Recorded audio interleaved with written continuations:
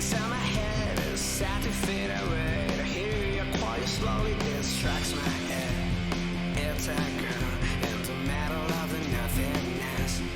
You tell me why to alter the truth, and I spend 3 days playing with you. And you disappear in front of my eyes. So what's why I remember I'm analyzed, and I really miss the sunshine, my love. And I really miss the sunshine, baby. Oh yeah. And I really miss the sunshine, my love. And I really miss the sunshine, baby. Oh yeah.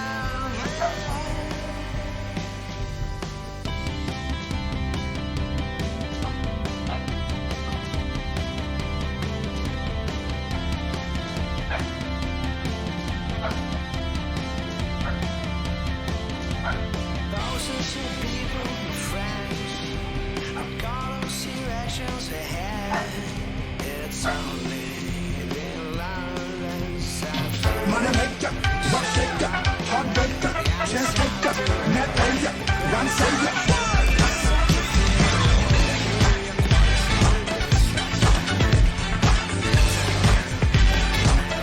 nothingness.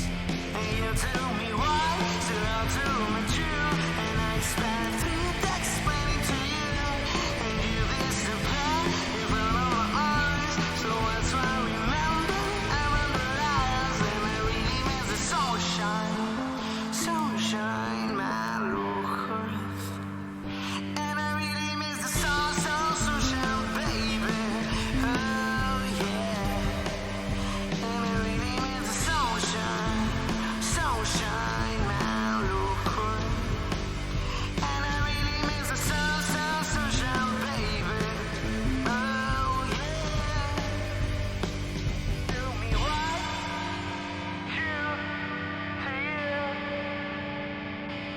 you tell me why to alter the truth, and I spend 3 days explaining with you, and you disappear in front of my eyes. So that's why I remember I'm analyzed. You tell me why to alter the truth, and I spend 3 days explaining with you, and you disappear.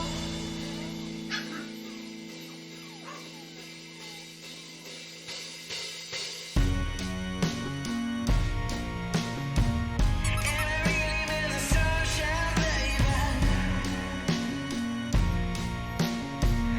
And I really miss the sunshine, baby. And I really miss the sunshine,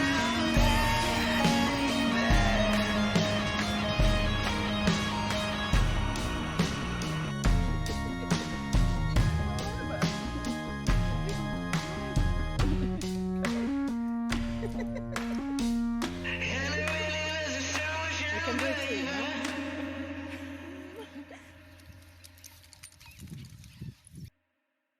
One, two, three.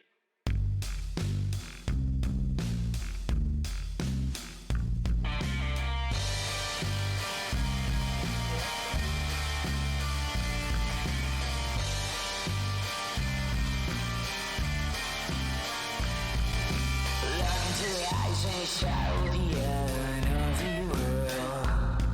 I would never do love, but I would call it become.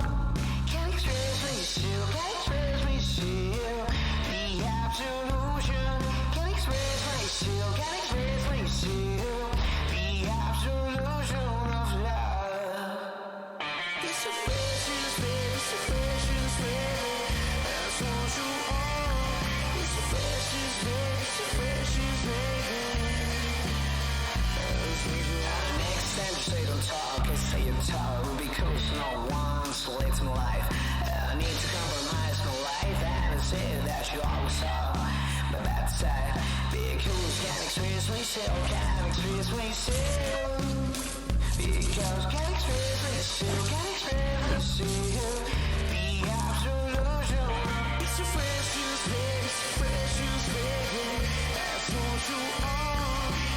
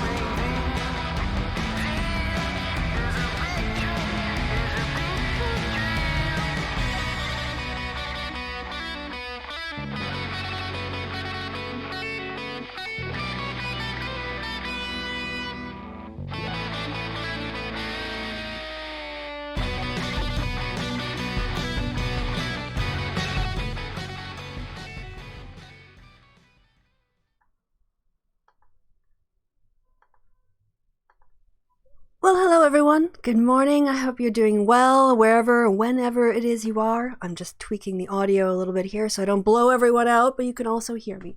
How are you guys doing today? It is Christy. As you know, otherwise you wouldn't be here on my channel. We're here for another Sunday live stream. Really enjoying doing this, you guys. It's been, as I said, maybe in the past, I don't have as much time or energy to put into making videos at this point, but this allows me at least to touch base with you guys and to engage with content in a slightly different format than when I first started out in YouTube. So, oh right, I can just tell you really quick, I see in the chat, people are talking about PragerU. We are going to be watching a PragerU video. So the other thing I want to do is get to the content a little bit faster. I noticed I have this warm-up where I take a little too long to say things. So just really quickly in the chat, there was a second round of demonetization targeting mostly reactionary, far-right, white supremacist, bigoted content, and also people who criticize and track that kind of content.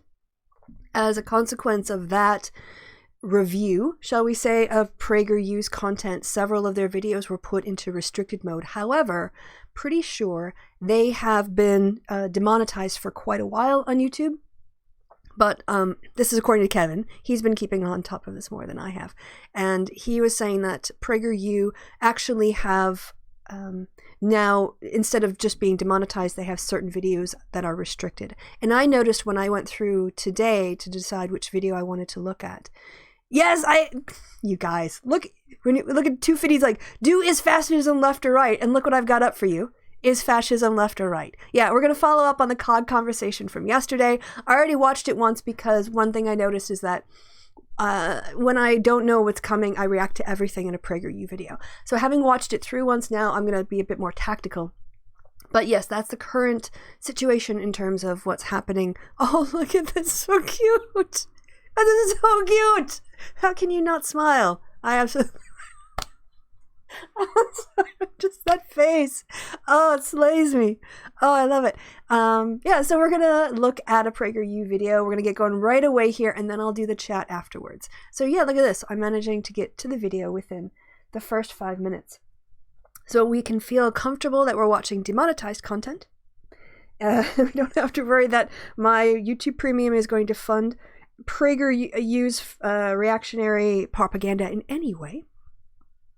And as well, we're gonna be able to laugh at it. So, these videos, they just make me so happy. I don't want to move the screen and look at Dinesh D'Souza because he's, but I guess that's what you guys are here for. And if you wanted to watch this video of cute animals, you could just, watch the live stream intro over and over. So let's make this happen, people. There we go. All right, there's you guys in the chat. I'm less interested. Is there theater mode, play on TV, mini player? Oh, no, I don't like that format either. So let's go back. I was trying to figure out a way to have both you and, pop my headphones back in, and Dinesh on the screen, which I think I can do. It's just a matter of resizing the windows.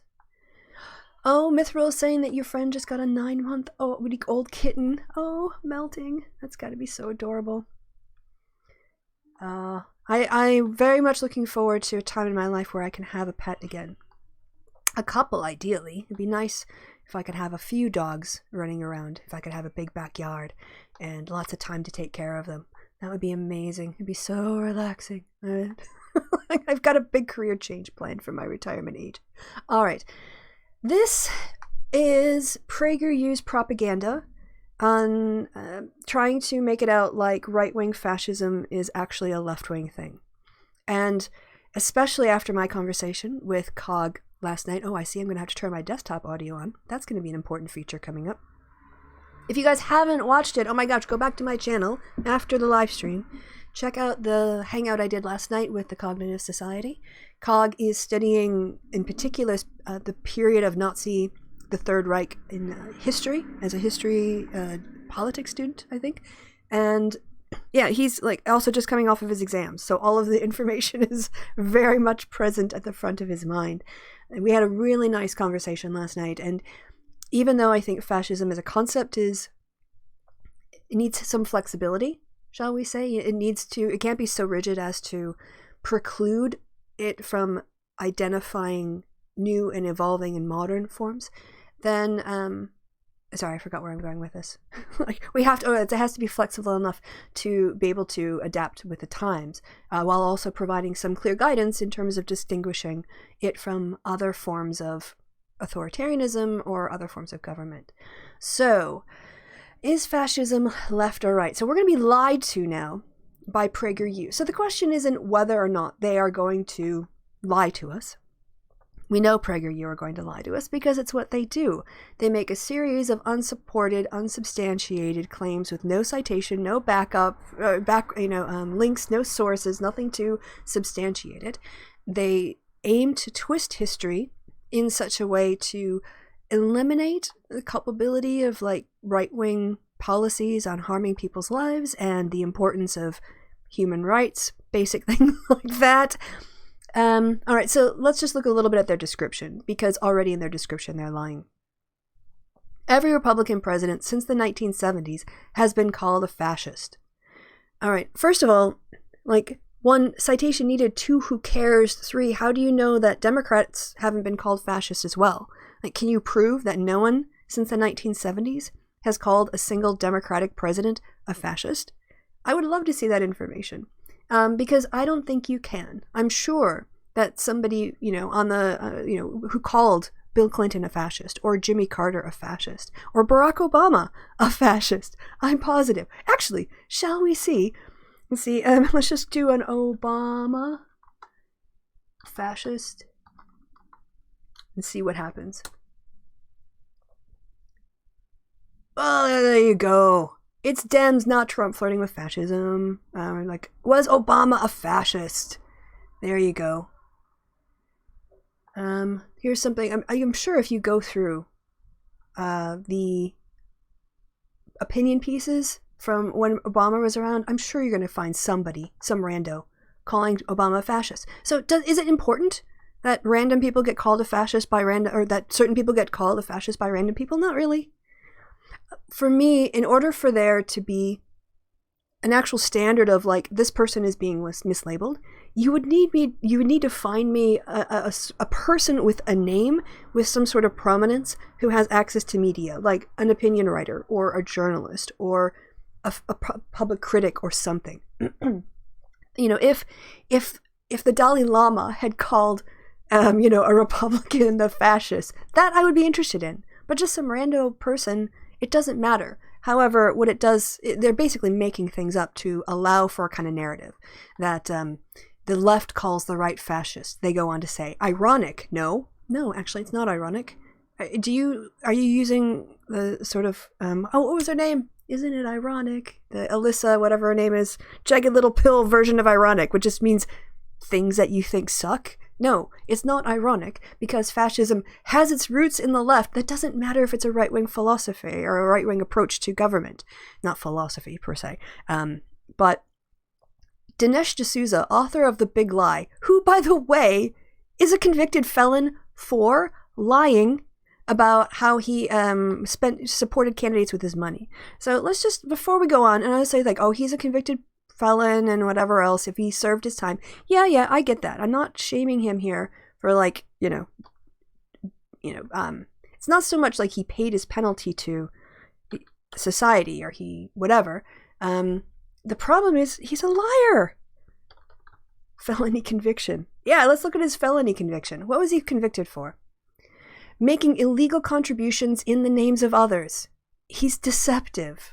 He got up to 5 years probation, 8 months in a halfway house, and a $30,000 fine. So this man has been convicted for fraud. Basically, he was deceptive in order to funnel money to candidates, and he broke the law. So I do think that counts toward his character. It really does. He's not only willing to lie, he's lied so profoundly that he's actually committed a crime. All right? And that's who they want us to believe when it comes to their portrayal of fascism. Now, if you watch the COG Hangout last night, you will know that we talked about some of the elements that demonstrate why fascism is on the right. One is that it is anti-Marxist. That is one of its defining features, is that it hates, fascists hate communists. We also know that it has links with capitalism and industrialists and corporate profiteering. What fascism opposes is a classless society, because they believe very much in hierarchy and order, whereas communism believes in eliminating economic class. The far right is into nationalism, their national identity, this sort of linking of your value with the location where you were born or how you get your citizenship as a way to identify with other members of your community as a basis of a common goal, whereas communists want an international, global. Okay, hold on. You guys give me instructions in the chat, and I'll get there in a second. Communism has a global outreach. It's like an international communist. We need to rise above nationalism and your, sex locations or whatever. All of that is. Communism thinks that workers and labor is the thing upon which we should find our commonality. So.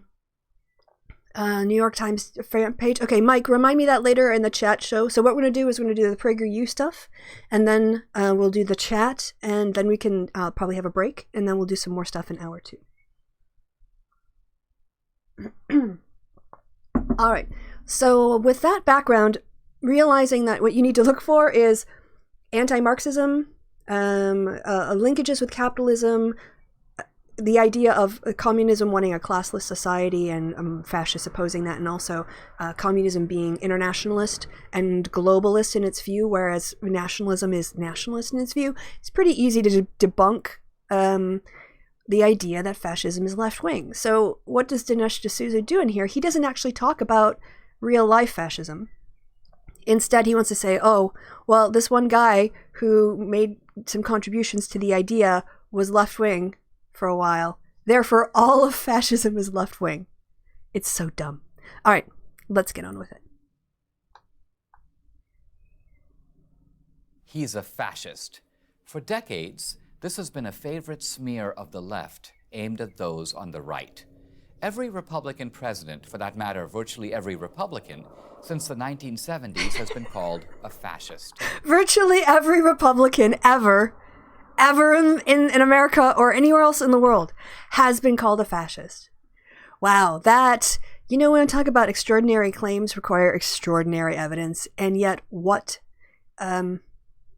person can think, sorry, I got all distracted by the chat now. I totally lost my train of thought. Mike, I need to not look at the chat when I'm doing these things. I'm going to move you over a little bit. So I'm just going to hit play because I'll pick up where I had my train of thought there. Oh, yes. Poor Republicans. Oh, no. Now, you want to talk about the fact that women on the left have been called feminazis since Rush Limbaugh sort of popularized the term in the 1990s? Wait. But that's not important. It's only when white guys get called fascist that we need to care. All right, so basically citation needed. He's talking crap. Dinesh D'Souza is making a false allegation here. Unless he can demonstrate it, again, randos on Twitter, not a really convincing argument. Now more than ever. Ooh, now more than ever. Again, that's another empirical claim. You have to compare name calling of fascism in the past. On what data set are you going to get that information? And then compare it to today. It's just profoundly shocking to me how easily these guys get up and lie. They literally just get up there and lie to your face. And you know why they think they can get away with it?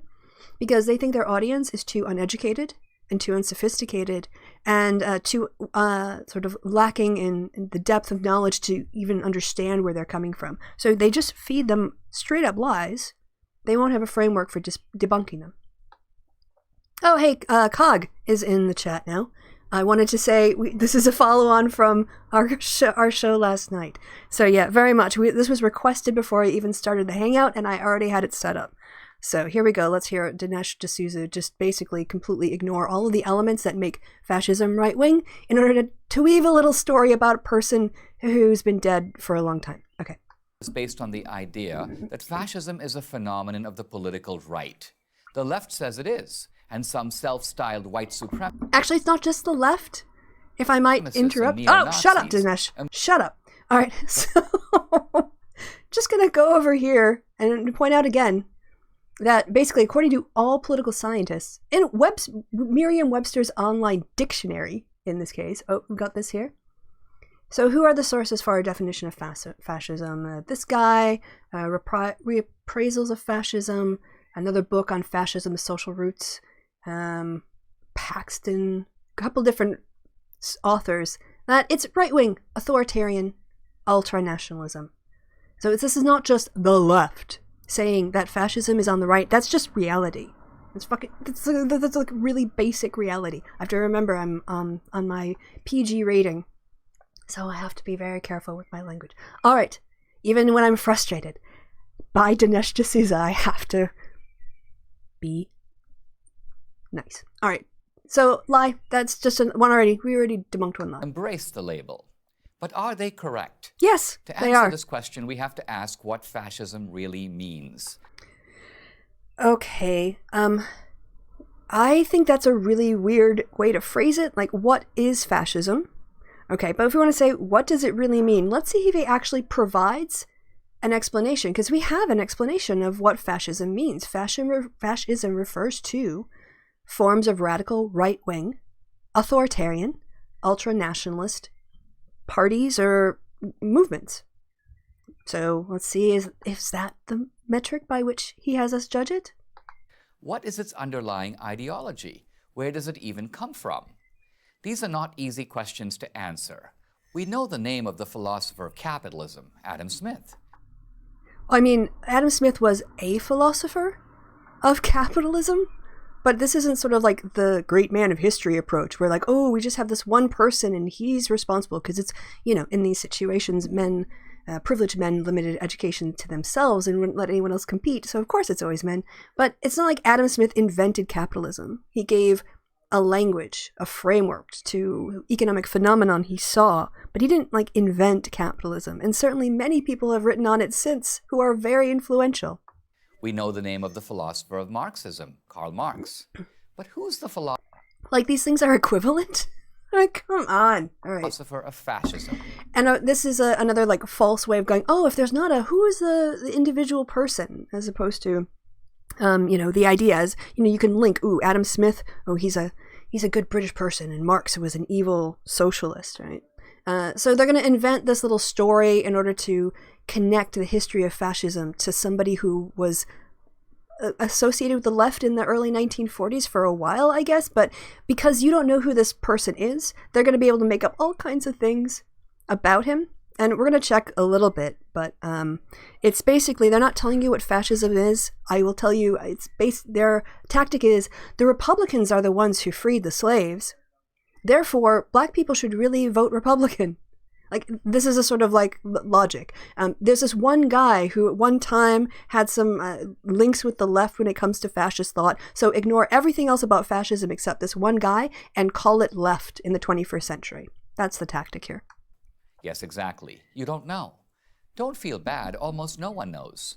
This is not because he doesn't exist, but because historians, most of whom are on the political left, had to erase him from history. Yes. This is their answer. It's a big conspiracy to eliminate a guy from history, and yet if you look up his name, you can find out things about him, and you can read the book that he co-authored with Mussolini. So they're trying, again, to create a reality that doesn't exist, and their audience doesn't know enough to distinguish their claims from crap, which are indistinguishable because their claims are crap. In order to avoid confronting fascism's actual beliefs. So as we talked about, it's like fascism is a set of characteristics, but that's like saying avoiding capitalism's beliefs. Right, let's think about what that phrase would actually look like if we said capitalism's beliefs. Capitalism is not one set of ideas. There's a lot of different ways people have implemented capitalism. There's the capitalism of social democracies, there's predatory capitalism, there's different forms that it takes. So to say that capitalism as an equivalent has actual beliefs makes as much sense as saying fascism has actual beliefs, because ideas don't have beliefs, people do. People have beliefs within an ideological framework, and those beliefs, even with people who are in the same ideological framework, can be disputed. So again, more lies from PragerU, misrepresenting what, as if, fascism is a thing, that we can understand its beliefs devoid from the people who practiced it in the 1930s and going forward. So let me introduce him to you. His name is Giovanni Gentile. Born in 1875, he was one of the world's most influential philosophers in the first half of the 20th century. Gentile believed that there were two diametrically opposed types of democracy. One is liberal democracy, such as that of the United States, which Gentile dismisses as individualistic, too centered on liberty and personal rights, and therefore selfish. The other, the one Gentile recommends, is true democracy, in which individuals willingly subordinate themselves to the state. Like his philosophical mentor... So that's, I'm highly skeptical that this is being presented in anything close to an honest or accurate portrayal. But in this case, what we're going to compare here is liberal democracy and individual personal rights versus authoritarian approaches. Which is not unique to fascism. We talked about this in the Hangout. Authoritarianism, totalitarianism being a subcategory of authoritarianism, and then fascism being a type of totalitarianism in the case of like Nazis. So again, we're going to try to pay a lot of attention to the definitions and the characteristics to hold Dinesh D'Souza's feet to the fire here. Themselves to the state. Like his philosophical mentor Karl Marx, Gentile wanted to create a community that resembles the family. Now, I have no idea what Gentile thought about Marx and at what point in his career. He might have been pro-Marx early on and anti-Marx later on. And I would be completely open to the suggestion that this is a misrepresentation of Gentile in order to link him falsely with Marx, considering that fascists, as we know, hate communists. He's leaving that part out. By the end, I'll tell you. A community where we are all in this together. It's easy to see the attraction of this idea. Indeed, it remains a common rhetorical theme of the left. For example, at the 1984 convention of the Democratic Party, the governor of New York, Mario Cuomo, likened America to an extended family, where, through the government, people all take care of each other. This is their most damning example. Just like, how old are you guys who are writing these scripts? Seriously, your best example of this democratic conspiracy to treat people like family and care about them and feel, some sort of work toward a system of taking care of people and helping them. The best example you could come up with was not only from the last century, Dinesh D'Souza and PragerU. Not only was it from the last century, it was a person who most people have never even heard of. I mean, you can say that Mario Cuomo, a governor of New York and stuff, but seriously, he's not running for president. He's not a major Democratic figure. He's just this one guy who's a governor of a state. And he said one thing in 1984. How long ago? I can't even do the math on the fly. It was a long time ago. That's their best example. Sad. Oh man. Weak sauce. Nothing's changed 30 years later. Nothing has changed. If nothing has changed, where are all your overwhelming examples of them saying this throughout the last 30 years? Why are you stuck in 1984, you muppet? A slogan of the 2012 Democratic Party convention was, "The government is the only thing we all belong to." They might as well have been quoting Gentile. What? I don't remember that slogan. The government is the only thing we belong to.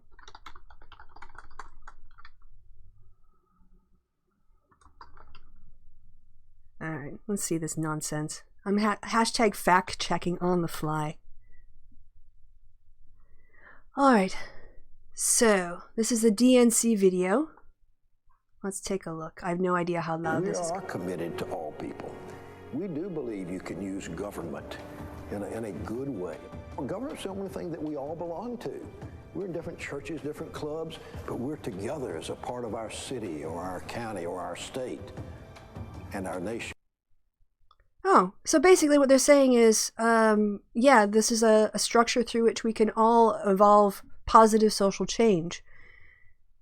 Because we're members of different churches and everything else, but the one thing we have in common, actually this is a patriotic nationalism, is we're all Americans, we're all citizens, we all are participants in the government.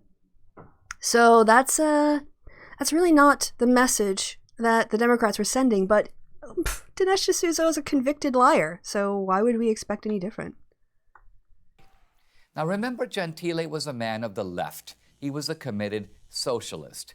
For Gentile, fascism is a form of socialism. Indeed, all right, here I get really, really dodgy because, again, I don't think that anyone who wrote with Mussolini and the doctrines of fascism after he'd left the Communist Party and joined forces with the industrialists is really a socialist anymore at that point. So, but I don't know enough about his history. This is the thing. Dinesh D'Souza can say anything he wants to about this guy, and it's actually, I looked on YouTube. It's really hard to find any information on him as well. I'll show you how obscure. So let's go to YouTube, shall we? Go to YouTube. And let's, I know I did this search before. Yeah, so you can, I even looked. You can, history of fascism. If you want to try to find this guy, it's really, really difficult. Most of the talks that are given are in Italian that I can find. The only time I really see this guy brought up besides in these really random sort of obscure videos is PragerU. But there's just not a lot of information. And I have a feeling that a lot of these fascism explained, I know that there's a book written, but it seems pretty dodgy to me. So I would take everything that Dinesh D'Souza says here about what Gentile believed. Just don't even put any credibility to it until you can independently verify it. And I don't have time to look up, like, over the course of his life, everything that Gentile believed at every moment, you know. So, yeah, let's continue on just with the whole don't believe this until you get it verified independently over Dinesh D'Souza's head at this point. Its most workable form. While the socialism of Marx mobilizes people on the Oh, this is crap, by the way, so we're going to break down why this is total crap in a second. basis of class, fascism mobilizes people by appealing to their national identity as well as their class. All right, so this is a problem. He's really having to lie in order to make two things look similar, right? Because as I mentioned before, when it comes to Marxism, the aim is the elimination of class divisions. It's to be international. Workers of the world unite. You have nothing to lose but your chains. That's not a nationalistic call or appeal. And obviously it's anti-capitalist. Whereas fascism has no interest in eliminating class divisions. It's nationalist, not internationalist. And it's about, you know, profiteering with capital structures and preserving hierarchy and patriarchy. Whereas in theory, Marxism should lead to liberation of, based on divisions like that. The marginalization of people based on their ethnicity or their sex or whatever else. So he's saying these two, it's like saying democracy in America and Russia are pretty much comparable because in both countries, people go to the polls. That's pretty much what he's doing here. He's having such a superficial structure of what connects them that he's deliberately hiding all of the things underneath those categories that distinguish them. So that's a good, I think, comparison. You know, there are elections in Russia. There are elections in the United States. And he would say they're equivalent because people vote in both. So they're equivalent democracies. That makes them the same. When we would know that that's not how the real world works. Fascists are socialists with a national identity. No, they're not. No, they're not. And you can maybe get away with this if you don't know what the word socialism means. But if he's saying socialism links to communism, which links back to Marx, which is an author and a thinker he introduced at the start of this, you can't say fascists are socialists in a Marxist sense. They're just not. And they're not Marxist with a national identity, because the whole point of Marxism is to transcend as something as petty as national identity, to see your common links as economically exploited. I mean, if it wasn't for strawman arguments, PragerU would have none. German fascists in the 1930s were called Nazis, basically a contraction of the term National Socialist. Yeah, and North Korea is a democratic republic, right? Because it's the Democratic Republic Peoples of whatever. You know, we talked about this in the show last night about how early on they adopted the phrase of socialist in order to kind of be more appealing. But if you look at the policies, they're not socialist at all. They're fascist. They're pro-corporate. They're pro-hierarchy, pro-right-wing traditional values. So, no. For Gentile, all private action should be oriented to serve society. There's no distinction between the private interest and the public interest. Correctly understood, the two are identical. And who is the administrative arm of society? It's none other than the state. Right, but the difference, of course, in a fascist state is that you don't have any participation by the citizens. And what Dinesh D'Souza seems to want to say here is that government of, by, and for the people would be fascist, because it would be government for the people, right? And that's what he was complaining about before, that government is a sense of it being a family where it's one thing that connects us as Americans, we can all participate in, and it's a way that we can help all Americans, not just within a state or a community or in a group, right? He would have to apply his objections to a government of, by, and for the people, and the same critique. So the idea that the state is somehow, at least, you know, maybe we're getting there now with Trump and fascism in the United States, but the idea that the state is the opponent of the people, when it's people who vote in their local town officials, their county supervisors, their state representatives, right? This is not the state in a fascist sense. So the left in the United States or in Europe are not equivalent at all, the way that he wants to make them out by conflating the ideas of the state in a democratic country and the state in a fascist sense, in a fascist country. Consequently, to submit to society is to submit to the state, not just in economic matters, but in all matters. Since everything is political, the state gets to tell everyone how to think. Yeah, like the state gets to tell women that if they travel to another state and get an illegal medical procedure in that state, they will be taken to prison in their home state. They are taught to think in schools about not learning about evolution because creationists find that really, frightening. So if you want to look at these tactics and who is actually imputing them, it's not the left. It's the right wing in the United States, because they are enabling fascism more and more every day. And what to do? Yeah, if you want to talk about, Italian... you just want to look at who's telling people what to think and what to do. Just look at the Republican war on women's bodies, on reproductive age women, cis women, and trans men who have healthcare needs. Right? They are the ones who are making everything difficult and taking away people's rights and imposing their beliefs, using the state as a power system. So it's the right who are fascist in America. Benito Mussolini, the fascist dictator of Italy from 1922 to 1943, who turned Gentile's words into action. In his Dottrina del Fascismo, one of the doctrinal statements of early fascism, Mussolini wrote, "All is in the state, and nothing human exists or has value outside the state." He was merely paraphrasing Gentile. The Italian philosopher is now lost in obscurity. This is weird because, again, they tell these stories that never go anywhere in these PragerU videos. So, I mean, if he actually wanted to make a clearer argument, in my opinion, not that I want to help these guys out, but he's just kind of wandered from point to point to point. Like, what does that quote have to do with anything that's gone before? It's just a series of, like, random points stuck together, but there's no actual coherent argument that they're linking together throughout. So, like, here are a bunch of things I don't like. I'm going to stick them together in one video and hope that you think that they're all linked without actually showing they are. What does Cuomo have to do with Mussolini's book? Nothing.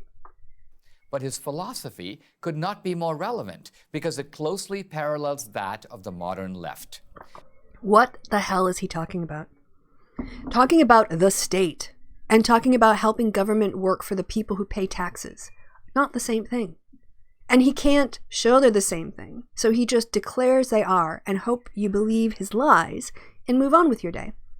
But we don't believe Dinesh D'Souza on this channel, do we? We're not credulous. We're just sort of gormless, staring, accepting everything he's saying. We're looking at whether or not he has evidence. No evidence.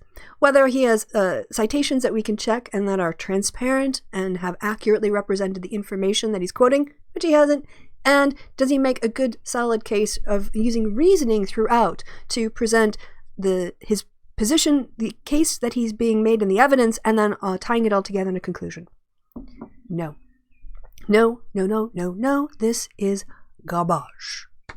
Gentile's work speaks directly to progressives who champion the centralized state. He really is just the centralized state. I don't even know what you mean by that. Who talks about the centralized state anymore? At least, what is the centralized state Westminster in the case? What do you mean the centralized state? What do you mean? He just throws these words out as if they're still connected to anything today. And you're just supposed to impute whatever meaning you want to make it relevant to your life. It's like doing a Bible verse reading, which is the context for which is a civilization and time that is dead and gone, and nobody understands exactly what people at that time would have thought of it, and then making it apply to your 21st century life.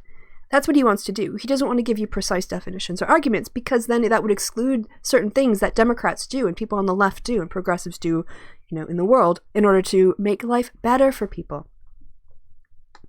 Here in America, the left has vastly expanded state control over the private sector, from healthcare to banking, from education to energy. Yeah, let's see. We Democrats created a system where profit was regulated in the insurance industry so that more people could access it. They stopped banks from engaging in dangerous financial practices that were contributing to the boom-bust cycle. Democrats want to fund education so that people with talent can develop it and make a contribution to society rather than it be only available to people who can afford it. And yeah, environmental regulations are needed in order to make sure that power companies and other utilities behave as good corporate actors in the wider society and not just take advantage of people and resources for their own profits.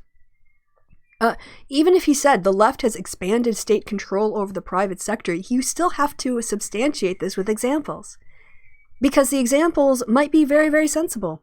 Don't you think there should have been more state control over what was happening in the utilities in Flint, Michigan? Because it was a Republican acting in a sort of, acting with like emergency powers or whatever, and made cuts to the pipes, the way that they were doing their repairs of it, that led to a bad decision, that led to the lead in the pipe. Lead in the water? We need regulation for a reason. So state control, he wants to say, is a bad thing. And state control is why we don't have poisonous food on a more regular basis. So I'm not going to complain about the FDA or state control that protects me from being poisoned or people from being poisoned. This state-directed capitalism is precisely what... But you see, it's state-directed capitalism, then it can't be communist, right? Because if it's anti-Marxist, it can't be capitalist. You can't have a left-wing capital, like you can't have a socialist capitalism. That doesn't work. What German and Italian fascists implemented in the 1930s. And the fact that they were capitalists means they were not on the left. He's just conceded the point. Let's go back here, because the word capitalism in and of itself is enough to negate the idea that fascism is left-wing. Champion the centralized state. Here in America, the left has vastly expanded state control over the private sector, from healthcare to banking, from education to energy. This state-directed capitalism is precisely what German and Italian fascists implemented in the 1930s. No, it's not. It's just not. What is happening at the state level from Democratic legislatures is not at all like what was happening in Nazi Germany. And again, by conceding it was capitalist in nature, he automatically refutes the idea that it's left-wing. His audience doesn't know that because they don't understand left from right correctly. At least some of them probably don't. But in our case, we're smarter than that, and we know this is BS. Leftists can't acknowledge their man Gentile because that would undermine their attempt to bind conservatism. No, I think people on the left don't bother with Gentile because we're looking at people who actually did fascist policies that came after him, and what people do is more important than what people say. And so because Dinesh D'Souza can't actually examine all the fascist policies, because a closer examination of fascist policies will show that they're linked up with capitalism and conservatism and patriarchy, he has to focus on this one individual you've never heard of and give him a backstory that makes it appear like he would be embraced by people on the left today. This guy was born in like the 1890s, right? And that's the closest he can get to linking it to the left. In the same way that PragerU says, oh, hey, Republicans were the ones who, fought on the side of states, keeping the Union together in the Civil War. I'm like, yeah, well, what have you done for us lately? That was like 2 centuries ago. But of course, if they talk about that, then they're not talking about the way that they helped with the Southern strategy, with the way that the Dixiecrats, basically the most racist part of the Democratic Party, became Republicans and tried to preserve segregation and all forms of discrimination. And they're still benefiting from, and they're still running on racist white resentment and playing off of racial fears every single day. To fascism.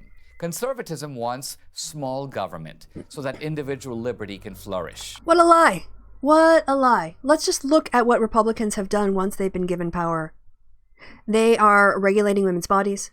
They are eliminating protections from LGBTQ people or QAI, everyone else. Anyone who's not cis,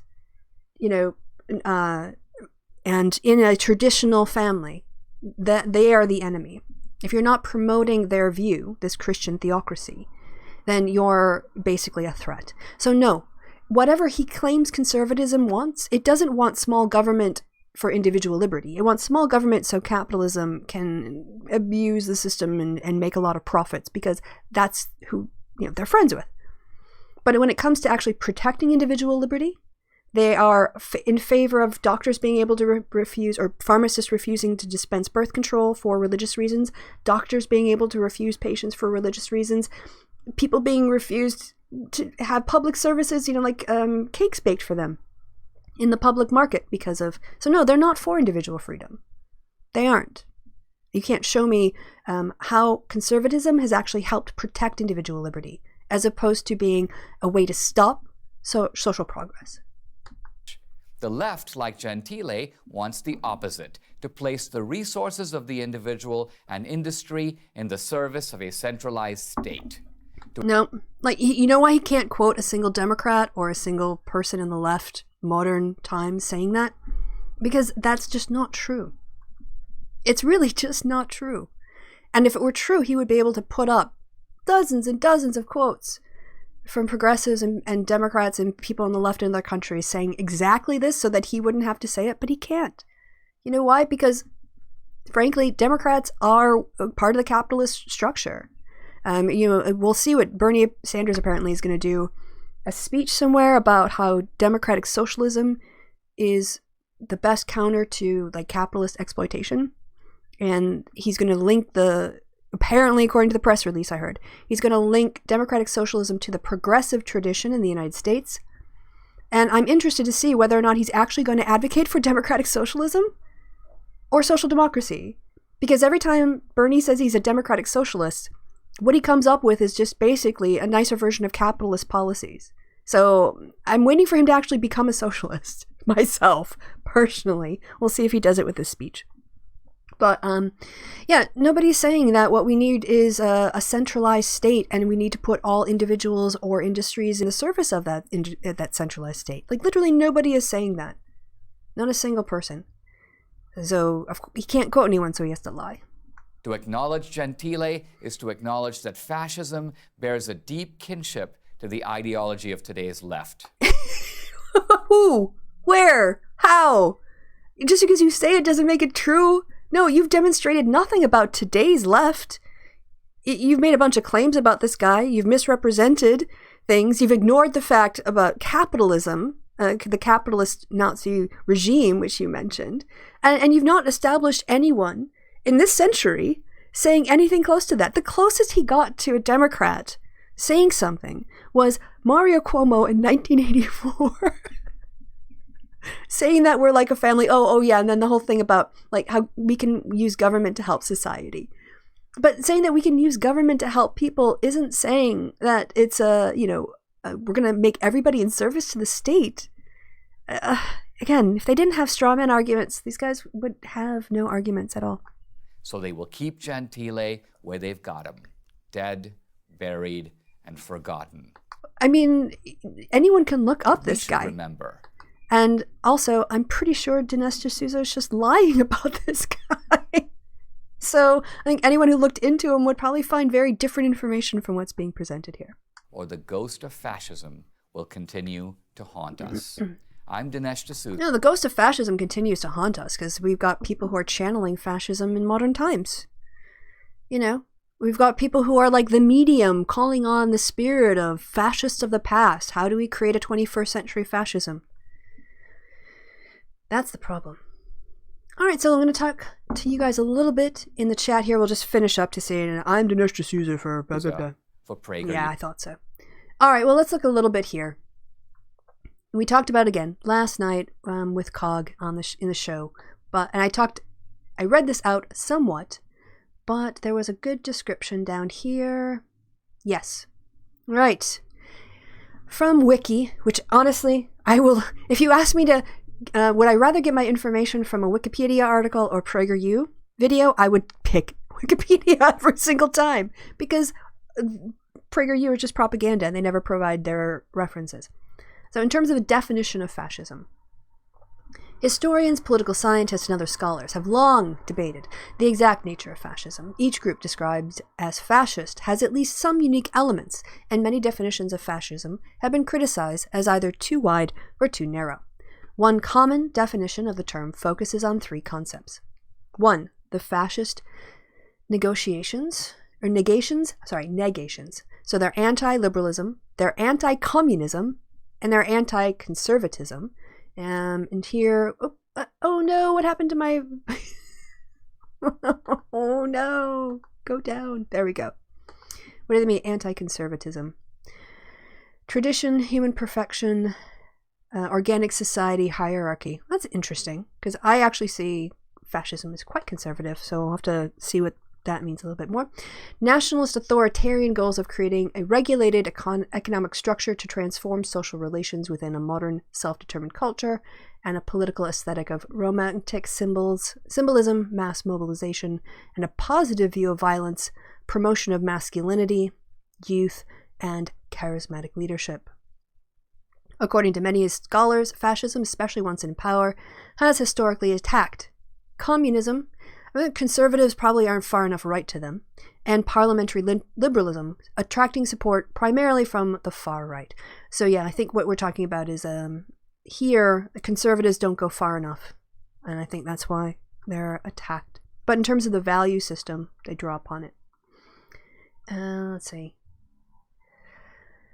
Fascism is anti-conservative nationalism built on a complex range of theoretical and cultural influences. All right, lots of people debating.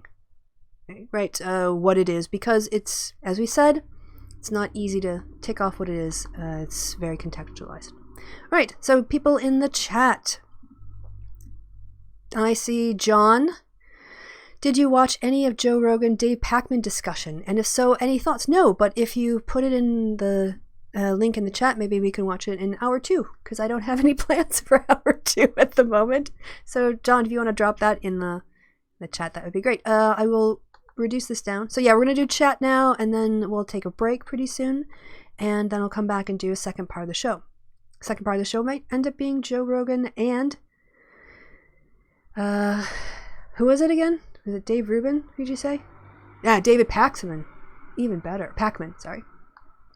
I'd bet D'Souza's lying about this guy. Of course he is. Of course he... But Dinesh D'Souza lying for money. That's kind of his career, isn't it?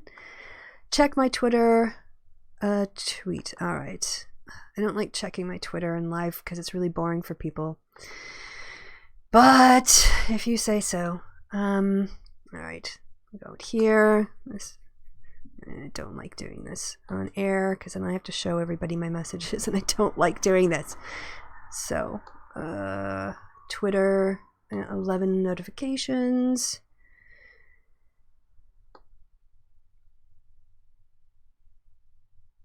I don't see you, Mike. I don't see it. You haven't tagged me into it, maybe? But it's not showing up here. That's my mentions. Did you put it in my mentions? If you put it in all, then... No, that's all. So it didn't show up. I don't know what you're talking about, Mike. Sorry. Alright, guys. Tell you what. Let's take a break here. So, getting close to the top of the hour. Makes sense. I will try to figure out some if we can watch the Joe Rogan Paxman stuff for the second hour. Maybe we can have a look at that and we can talk a bit more too in the chat. Before I take a break, I'll look. The adpocalypse and political commentary. Social Democrats believe in having a bigger government.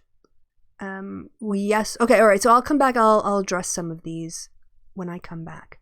So I know I'll leave off at Mike's Twitter thing and start from there. So you guys, let's take a break. I am officially out of coffee. Look at that. Empty, empty, empty. Gonna go make some more. Stretch my legs as I'm sat here sort of cross-legged for 50 minutes. My one foot went a little bit to sleep. We will come back at, let's say, the top of the hour. That's in 8 minutes. And I've got enough music to run. So we can definitely do that. I will see you guys back here at the top of the hour. Catch you in a little bit.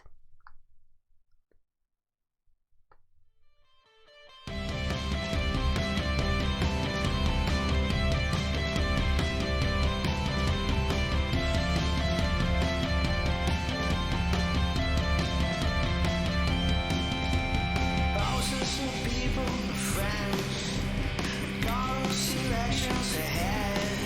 It's only been London, I feel.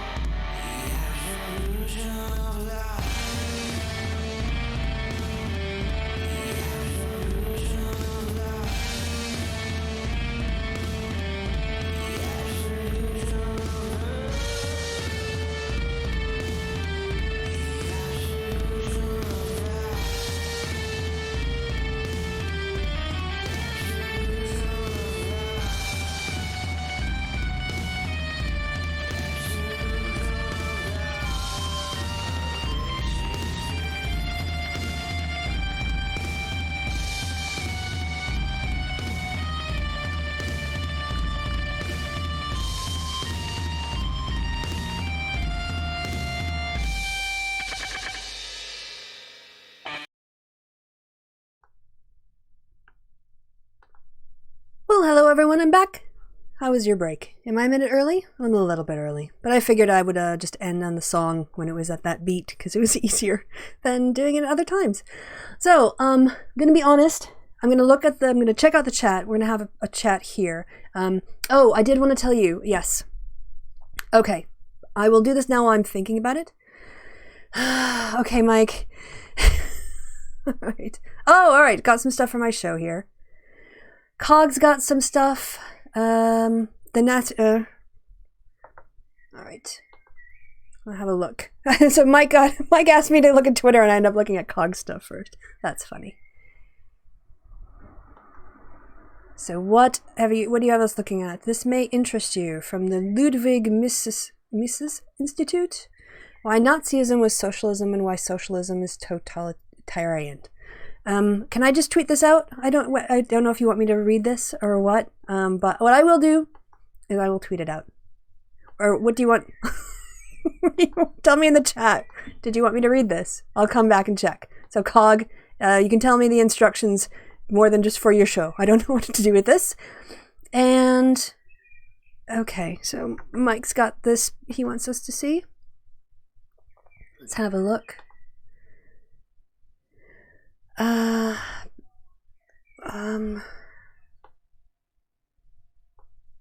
Okay, I don't subscribe to the New York Times because I subscribe to the Washington Post, so I generally look at the headlines, but I don't read the New York Times because they only give me 10 articles a month. Oh, hey, look, it's Dusty. And is that Dave from Computing Forever? Okay.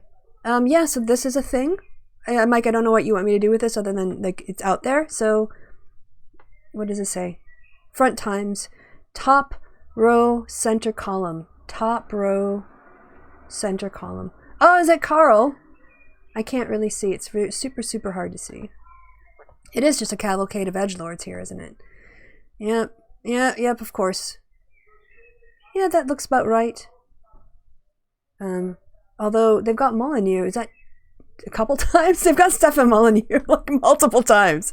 That kind of indicates something as his relative. Oh, they got ContraPoints on here as well. That's interesting.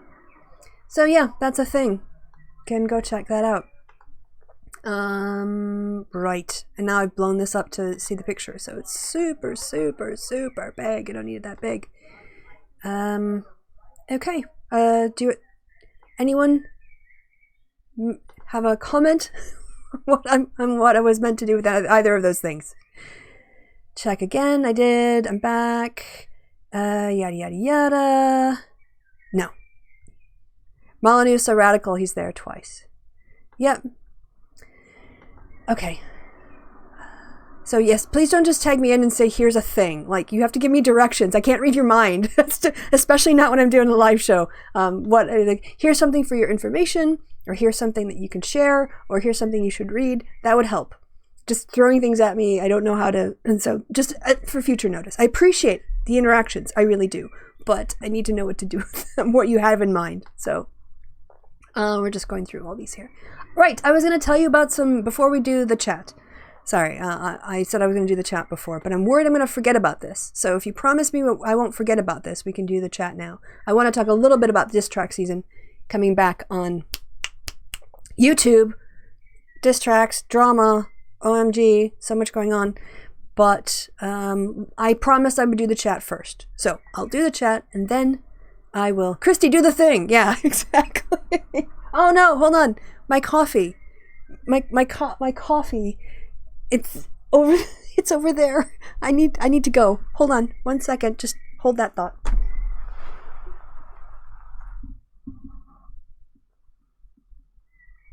It's also super full. It's super, super full. Oh, so good. Oh my God, I love coffee. I love coffee so much. I love coffee and I love sleeping in on the weekends. Those are like two of life's greatest pleasures for me.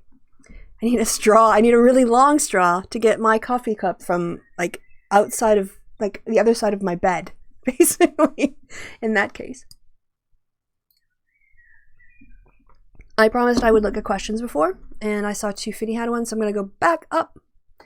I stopped drinking coffee after 2 o'clock, so no caffeine after midday, to quote Simon Pegg in Hot Fuzz, which is not a line most people would even know was in there, but because that is my rule as well, no caffeine after midday, that scene is just emblazoned on my mind. All right. That was my screw up of the message. I know people tagged me into a couple things. So, John said, to what extent do I think the inevitable adpocalypse will affect political commentary in YouTube, especially extremist content? It's hard to tell what YouTube is going to do. So the challenge in terms of predicting anything when it comes to YouTube is that they inevitably rely on algorithms rather than human work. And so in terms of impacting on political commentary, it depends on whether or not they actually get human beings involved in the process. If they're just going to do screening of channels based on metadata, tags, title metadata, as in, like words that you have in your titles, and maybe like your history if you've got a couple strikes and for what on your channel, then it's going to be more difficult. Well, people might still do critique of political extremists, but obviously it's content that's not going to be monetizable. For some people, it probably isn't important that their content is monetizable or not. For other people, it might make or break their channels. So I don't want to say wishy-washy. I just think it's really hard to say because they tend to do this thing where YouTube screw up badly and they make things as bad or worse than they did the problem they were trying to solve, and then there's this whole sort of spin out afterwards. It's just hard to say. 250 says, social democrats believe in having a big government to help the people. Fascists believe in having a population subservient to the state. Yeah, I think if I could just reword that, 250, social democrats believe in having, an active government to help people. Fascists believe in having people, basically the government act, people to be subservient to a nationalistic government. So we see the outcome. Right, in fascism, everything is for the state and the greater good. Whereas I would say that realizing individual potential is the point of having an activist government that makes sure that educational opportunities are equitable as possible. High quality, good education with proper textbooks, safe classrooms, appropriate technology for the subject. It shouldn't matter what postcode you're born into in America. Everyone should have access to a high quality public education. And not because it's like the right thing. You can say it's the right thing to do. I agree with that. But just from a productivity, from a quality of citizen engagement, obviously the better equipped people are to handle complex problems, and the more engaged they are, then the better the quality of democracy as people's participation and quality of participation goes up. And of course, Republicans don't want people to think. So. Right, now going down a little bit. I'm going to look for whenever my name is tagged in, by the way, guys. Love the movie Hot Fuzz. Yes!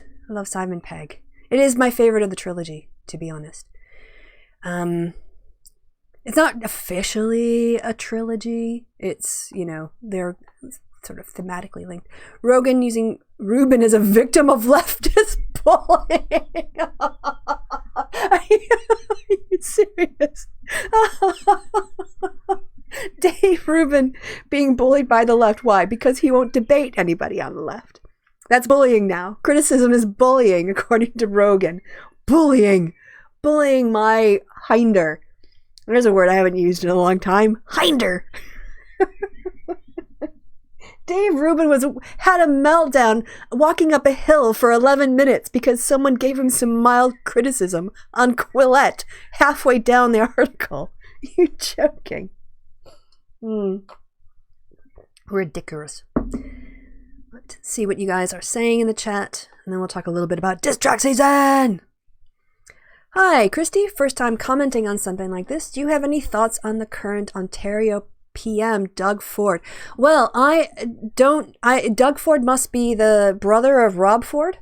And honestly, the only reason I really remember Rob Ford as well as I do, obviously he was the crack smoking mayor who became notorious a couple years ago. I know a scholar named Rob Ford from the UK, and he actually, his research area last time I checked was far-right politics and right-wing parties. And it was really sad when that Rob Ford got mixed up with the Ontario Rob Ford, and his Twitter handle actually showed up on a Rachel Maddow segment because she thought it was really funny that the poor Rob Fords of the world were getting harassed because of that guy. But I don't know what he's up to. If he's anything like his brother, I'm sure it's a nightmare. All right. But if you want to tell us more in the comments, you can write it up. Just, Christy, do the thing. Yes, I tried, but I couldn't. A caffeine drip for me. I would love just, well, no, I mean, what would the downside of a caffeine drip if I just had like a proper, where's my arm? Here, I'll turn my camera a bit. No, then I get it light. All right, I see. Here, I'll move you guys. Hey!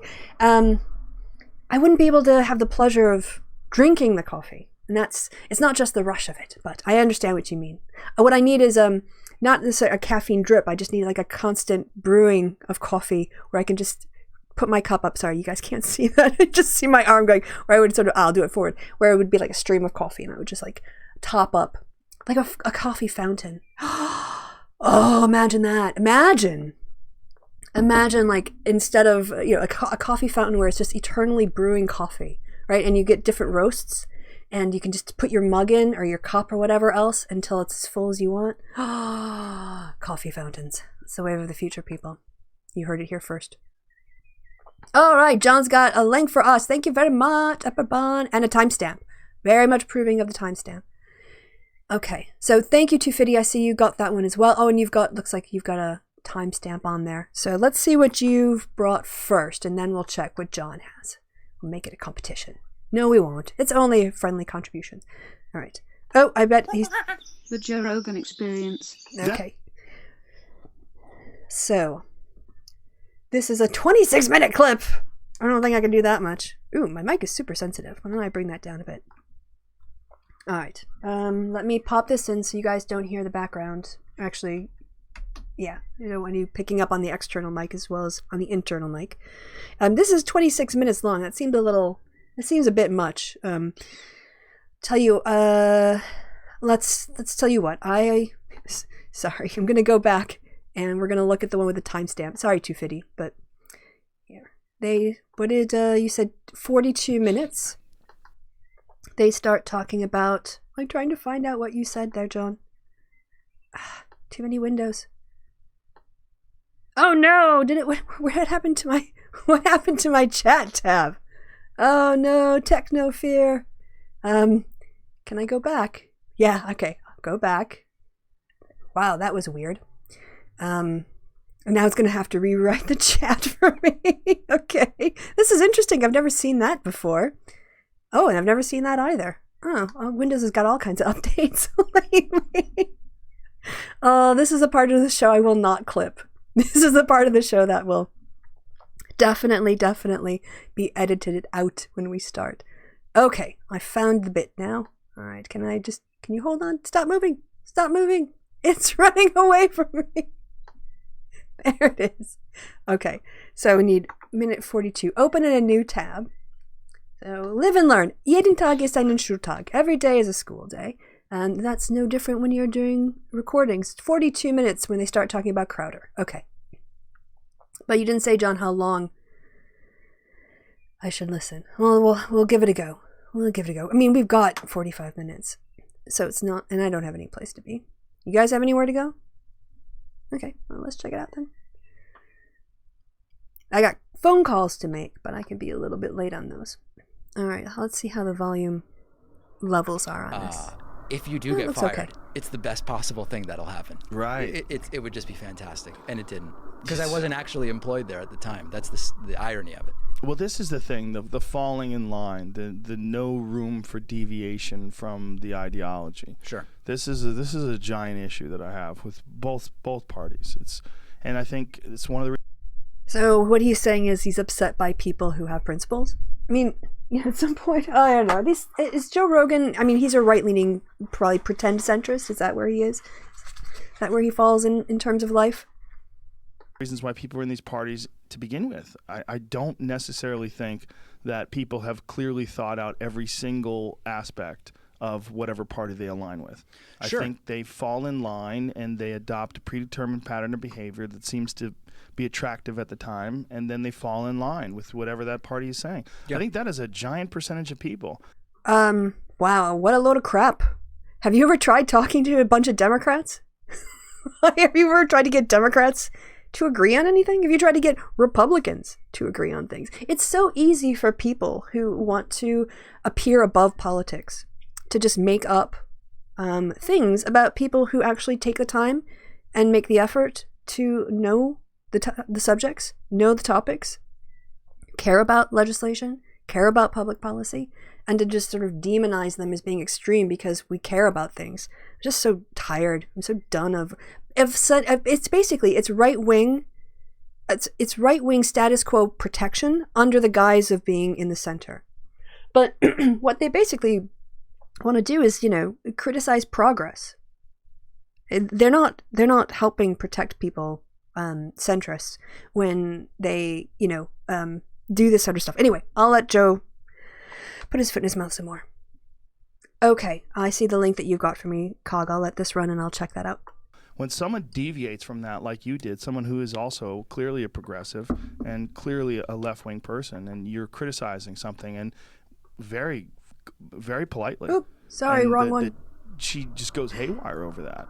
That's the thing, right? It's like, are you responsible for the people who also comment on your post? And this is where we're getting to this like Vox thing that's happening with. Wait. There's a difference between commenting on someone's post and being inspired by content to go and interfere with somebody else's life. Does he make that point? I don't know, but that would be my counterpoint. Steven Crowder right now. Right. Are you responsible for the reaction to what you post? Because if you look at what Steven Crowder said, it's not about the reaction. The it's not about the reaction. It's about the harassment that he inspires. All right. Joe Rogan is so dishonest in his framing of this. Steven Crowder got into it with this guy who is a writer for Vox, who is... No, he didn't get into it. He used homophobic slurs repeatedly, targeting him by name and content and employer in his videos. Joe Rogan lies. Why is he such a liar? Why can't he tell the truth? Why can't you just speak facts, Joe? Why can't you talk about the slurs and the targeted homophobic harassment? How about always putting out the fact that he is gay there as if that's relevant to the arguments he's making? Damn, you're trash, Joe. You are trash. He's gay. His Twitter handle is gay wonk. Right? Carlos Maza. Yeah, so it's not that he's hiding that he's gay. Talks about it all the time.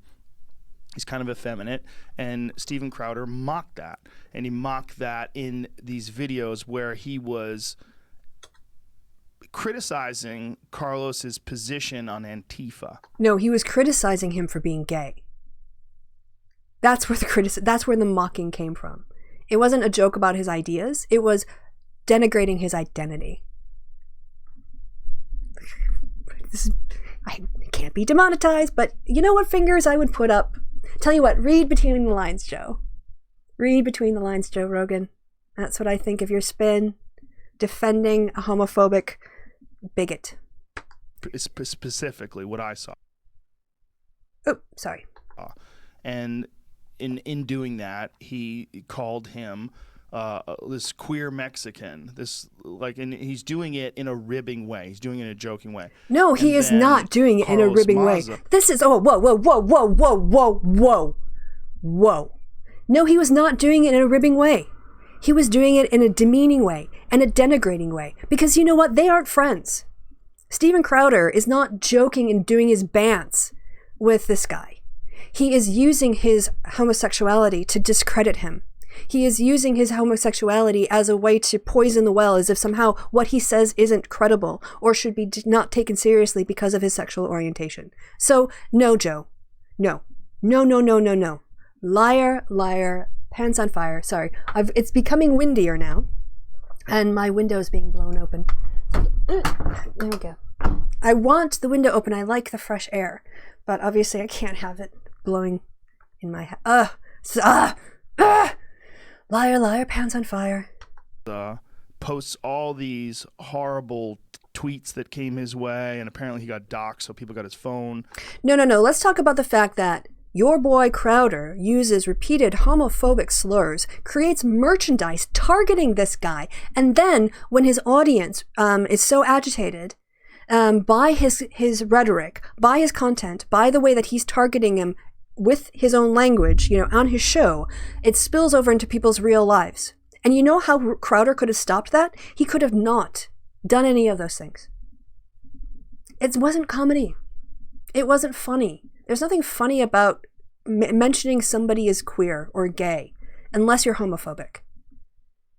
Otherwise, it's just something about them that, unless they're talking about gay issues from their experience, why would it even be relevant? If you're only bringing it up to discredit them, you're a homophobic bigot. You're not playing. You're not joking. You're just being a bigot.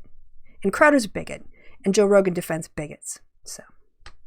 And they were saying debate Steven Crowder. He was getting all these text messages in and all this hateful stuff that was. And it wasn't just debate Crowder, was it? It was homophobic slurs. It was the same kind of homophobic rhetoric that Crowder was saying, wasn't it? And you know why it sounded exactly like what Crowder was saying? Because Crowder instigated it, inspired it, incited it. Because he's a homophobic bigot, and he is using his platform to harass a named individual. That's targeted harassment. And it's not funny, and it's not comedy. Was coming his way. So the question is, who is responsible for that hateful stuff? A creator is responsible for setting the tone on their channel of where the boundaries are. And I will give you a great example. I'm sorry. Right. Eli Bosnick and God Awful Movies. They make their content is roasts. Their entire God Awful Movie shtick is roasting people and roasting, movies and filmmakers and Christian content creators who create just nonsense. People who make nonsense, and they roast them and they mock them and they take them apart and they make sometimes inappropriate jokes. And do you know who has never complained about mass harassment? A single person from the God Awful Movies fan base.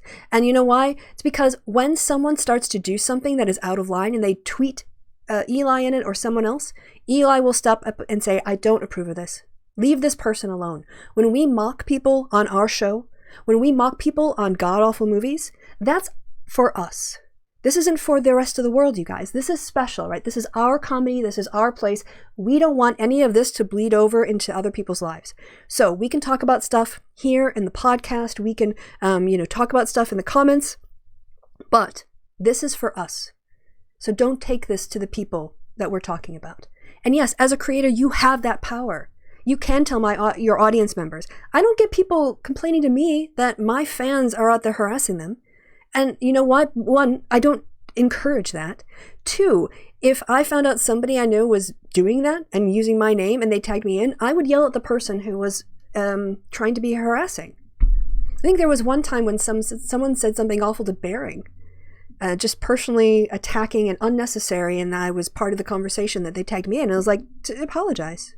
There's no reason to say that. It has nothing to do with your argument, and it has nothing to do, you're not going to convince anybody. So yeah, creators can set a tone. They can set boundaries. They can cut off fans who transgress those until they apologize and come back into the fold. So I'm so tired of this idea that creators just can't do anything at all to control their audience. They can. They can step up and they can lead as role models. They can set out boundaries and they can slam on and dunk on the fans who step out of line to get them back into line. It's not that hard. If Steven Crowder calls him queer, what is queer? Okay. That's like saying, if Steven Crowder says Jew, is that a slur? It depends on how you're using it. If you're describing it, the Jewish state or a person who's Jewish or someone is a Jew, that and it's because it's their religion, like this person's a Jew, this guy over here is Muslim, this person's an atheist. Not a problem. But if you start to put a little stank on the word because you're anti-Semitic, if you start using the word and associate it with other anti-Semitic, buzzwords, then it's not the word that's the problem, it's the speaker. It's not the word that's the problem, it's the speaker. And if the speaker is anti-Semitic and puts stank on the word Jew, then that becomes a signal of white supremacy. If we're just discussing people in a room with different religious beliefs, and there's a Muslim, a Hindu, there's a Jew, there's a Sikh, there's an atheist, with no stank, then it's not a problem. But the simplistic black and white thinking, is the word queer okay or not? depends on the speaker. Is it a descriptor or is it a slur? Wait till I see the whole interview. I won't have time. Clearly, I'm already freaking out now. We're only, I don't even know how long, Okay. 15 seconds in? LBGTQ. What do we do there? What do we do if the Q is in? Is he? Is Joe Rogan really this stupid? Do you think? Or is he just playing? Because I know this. As someone who does interviews, I have to do this too sometimes. When you have a guest on, you have to play the role of the audience member who doesn't really know what they're talking about because you want to ask questions. This is actually an important role of an interviewer. To know enough about the topic to phrase or to formulate a question in such a way that it sets up the person you're interviewing to give a really accurate and precise answer that will help the audience understand where they're coming from better. And sometimes you can sound like you don't know anything. Like, so tell me more about this concept of blah, blah, blah. What are the elements of blah, blah, blah that characterize it differently from other things? But as a good interviewer, you should be able to ask those questions that the audience can't ask. You are there to be sort of a proxy for the audience to make sure they get the concepts they need to understand. My hand game is strong. I am just, especially when I get more animated. Joe is ticking me off big time here. So is he really this sort of like, I don't really know? Or is he playing the role? I don't know. We'll see. Okay. Yada, yada, yada. Hitting play. Is it okay to call someone gay who identifies as gay if he calls him the gay little Mexican?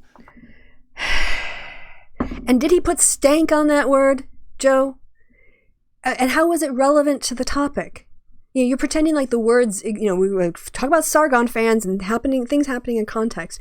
If Carlos was talking about the economy, then what would the fact, or he did a Vox video on something to do with the Trump administration, what would those things matter to his opinion? He's not asking those questions. Joe Rogan doesn't ask the right questions. He just asks the really stupid, centrist, I can't think for myself, this is hard, so please explain it to me questions, because I don't know how to think on a higher level. Is that bad? Like, what? Is saying queer good or bad? It can only be one of two things, because I'm simplistic in my thinking. A third category is too hard. How bad is that? Oh, God. I can't. You guys, I can't with this disingenuous, false there's a false dichotomy. Is it good or is it bad? I can't think about the world in more than two colors, just black and white. It's got to be one or the other. 0 or 1, yes or no. It does not compute. Like, what is that? You know what I'm saying? But do you feel what I'm saying here? It's like, I do. I know where you're getting at. Let's zoom out a little bit, right? And then we'll get into this. Man, where do you even start with this? Because there's a lot to unpack. Yeah, so one thing, I know I'm never going to go on Joe Rogan, but if I do ever go on Joe Rogan, I'm going to take a pen and a piece of paper, because the way he just walks through crap, there's like 10 things you have to unpack, right? And I think Dave probably should have taken some notes. We'll see what his answer is, but honestly, there are so many parts of that to unpack and dismantle and expose as fallacious thinking. It's kind of like this is going to take a 15-minute explanation just to explain to you why the word queer isn't either good or bad in every situation. Back here. Rogan isn't worth the meltdown. It's entertaining for people, isn't it? In a second, maybe. But first, if you look at the policy, the terms of service of YouTube, there's a Verge article from yesterday, a few days ago, earlier this week, before YouTube had made the decision to demonetize Steven Crowder. Well, they made the decision to not act. Initially. And just say that it didn't violate the terms of services. And then today, as I got in here, Jamie informed me that they made a decision to demonetize. That's right. So in the article where they made the decision not to act, they actually put what YouTube's terms of service are with regard to bullying and harassment.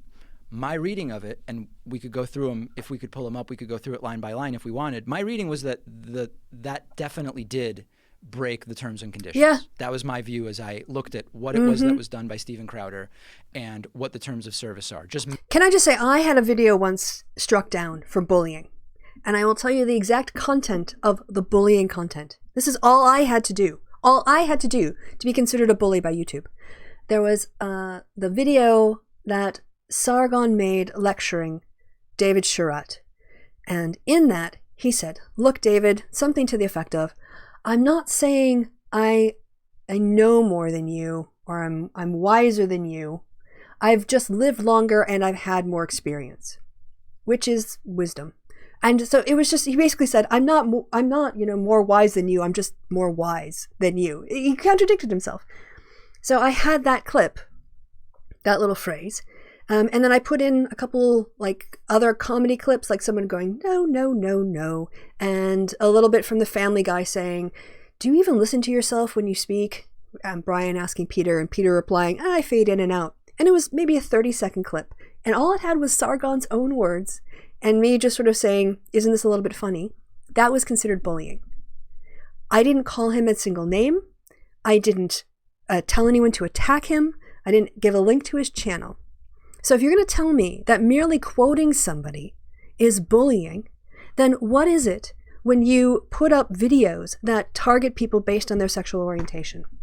YouTube. Please tell me that. Because the idea that my video was bullying, but what Crowder has been engaged in systematically, targeting one individual in particular, including his Twitter handle, mentioning that all the time, that's not targeted harassment? GTFO with that BS, honestly. Matching it up, not looking at the comments from either person. What was it specifically? It was specifically targeting an individual on the basis of sexual orientation. Yeah. But he wasn't targeting him on the basis of it. Yes, he was. He was bringing it up unnecessary. I know that I wasn't part of this conversation, but he brought it up when it wasn't relevant. So why are you bringing it up when it's not relevant if you're not bringing attention to it in order to discredit somebody?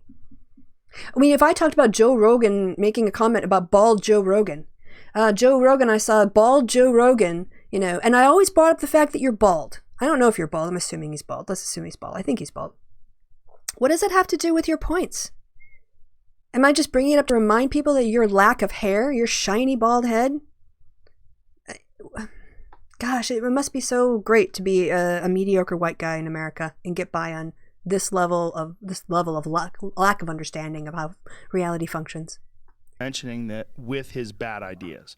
He was targeting his bad ideas in regards to Antifa. Yeah, so what does him being gay have to do with anti-fascism?